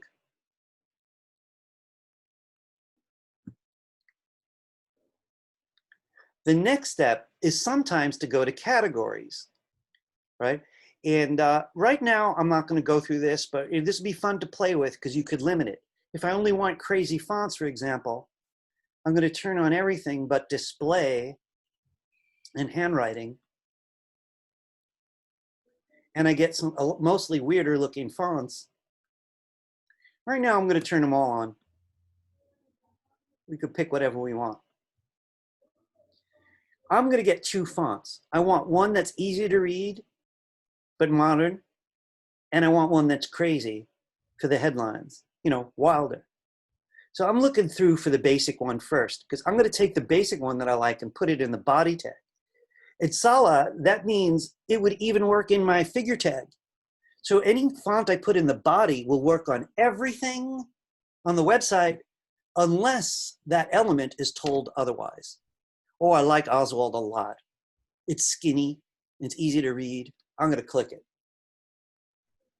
So when you choose a font, you click it. That font might have multiple styles. Regular 400, this basically means the weight of typical text. Anything over is bold, anything under is light. I'm going to use this one. So how do I do that? Let me back up for a minute. I found a font I like, I clicked it. I looked at its options and I chose one. On the right, it says select this style. I click it. Now, I'm going to leave this here for a moment because I want to add another style for my headlines. So I'm going to click add more styles. Boom. Well, actually, I'm sorry about that. That was wrong, right? I just want to leave this. Again, I told you they rearranged everything. So let's not. Let's just leave that on the right. And we want to browse for more fonts. We're going shopping. We stored one, just sort of like our shopping basket, but it's free. Then you come here to browse more fonts. I want something that's going to look good in my H1s, maybe also in my H2s. So I want something that looks a little bit more interesting. You know, by the way, if I looked hard enough, I could find something that looks like graffiti. If I did that, it's probably under display. So I could uncheck them. You don't have to. I'm going to leave these two. I'm going to see something that, see if any of these feel like they might be nice for this website. They're candidates. Haven't fallen in love yet.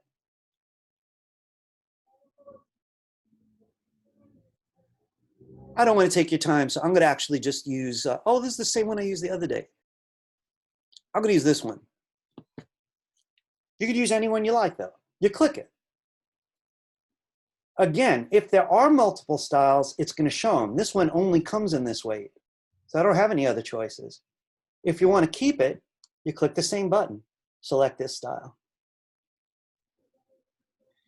It helps if you remember which is which, right? The first one I chose was for the body tag. It's going to do the heavy lifting. Almost everything's going to have Oswald. This one I chose just for headlines. Now, when you're ready to actually use it on your website, you click this little button here, embed. I love this because when you click embed, this goes in your head section. It's HTML. This goes in your style sheet. So the first step would be to take this code and highlight it and copy it. You should put that in the head section of every single page. So it's an HTML thing, and it goes in every single page. So I'm going back here, and I'm starting on my index page. It goes in the head section only, putting it right after my style sheet. And I save, and I go to the next one. You put it in the head section and save. And if it was 100 pages, I'd go to 100 pages. Please come in. Hi. Hi. Give me a second, guys. Can you take a break at noon? I know you're ending. Yeah, what happened? I need to find my phone. I've lost it, and I need to use the. Is Jade away? Yeah, she helped me. She's been calling it. It's not working. So I need to locate it. You know, use the find out through the cloud. Can you give me how to 5 get it. minutes? Yeah. 5 minutes. Okay. Thanks, guys. Wow, teachers have lives. When I was a kid, when I was young, I was always mystified if I saw my teacher anywhere but school. Anyway, let me get back. So you have to be careful that you put it on every page. I only have 3 so far, and I saved them all. Thing is, it still won't change anything, right? Because the CSS has to get involved. So if I go to my graffiti page now and refresh it, nothing's changed. So I go back to Google Fonts. What are these? Well, they're font families. So you take the font family you meant for the body tag. So this is cramped here, so it's a little hard to see it. I don't really like that, so you're gonna have to be careful. Font family, just like we did in class, copy it. right? Oswald is the one I meant for the body tag. So I'm going to my style sheet. You might have done a web safe font here, but in this case, this isn't web safe. It's a Google font. What I put in the HTML is a link to Google Fonts. What I put in the CSS tells it what tag to work on. Now I'm going to save this so I can show you something. The whole website has Oswald now, even these, but I don't want the headlines to have it. So I'm going to come back and get the other font family. I already chose this one specifically for my headlines. So here's one headline, Fredoka. I save it. I go back to my page and refresh it. If I want the H2s to have it, again, I go to the style sheet. I either write an H2 if I don't have one. If I already have one, I'll just add a line.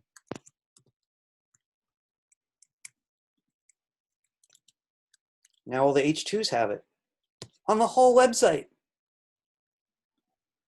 Oh yeah, I never got busy on this one. These are the only 2 pages I actually designed. This here apparently doesn't have a class anymore. So let me come back here. I don't want to. Oh yeah, I've been messing with the classes during all these demonstrations. Just let me check something out.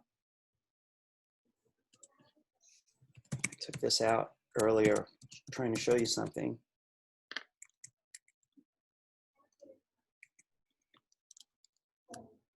So there we go. Your home page, history page.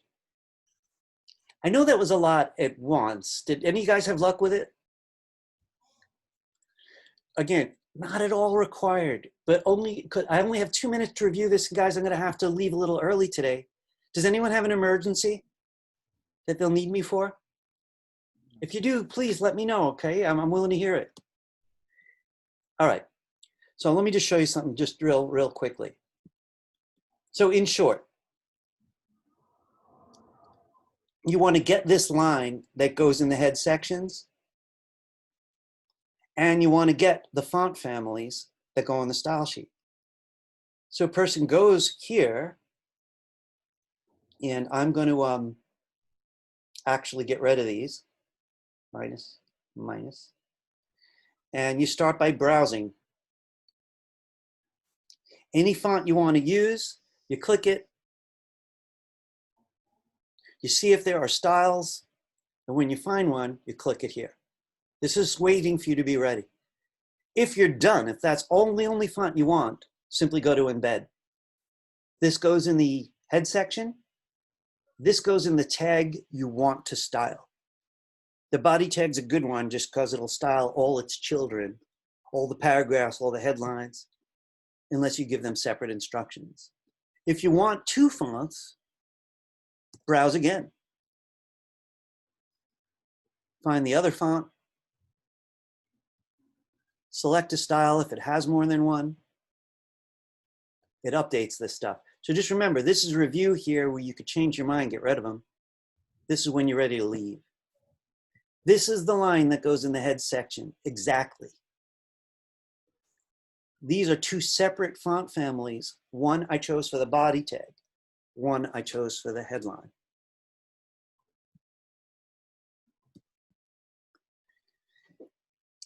You know, it is sort of a tease showing people stuff and saying, well, you don't have to do this. You know, of course, we're all gonna want to do it. And on Monday, we're starting with audio. You know what I think I'm gonna do? I have to help with something, right? In case you guys want to tech support each other for a couple of minutes, I'm not gonna close down the meeting. I'm gonna go and help. I just want to ask one more time, are there any last urgent questions? Checking chats. No. Folks, you guys have excellent questions. You're really fun to work with. I hope all the people doing this via the video are also having a positive experience. Hello to you, YouTubers out there.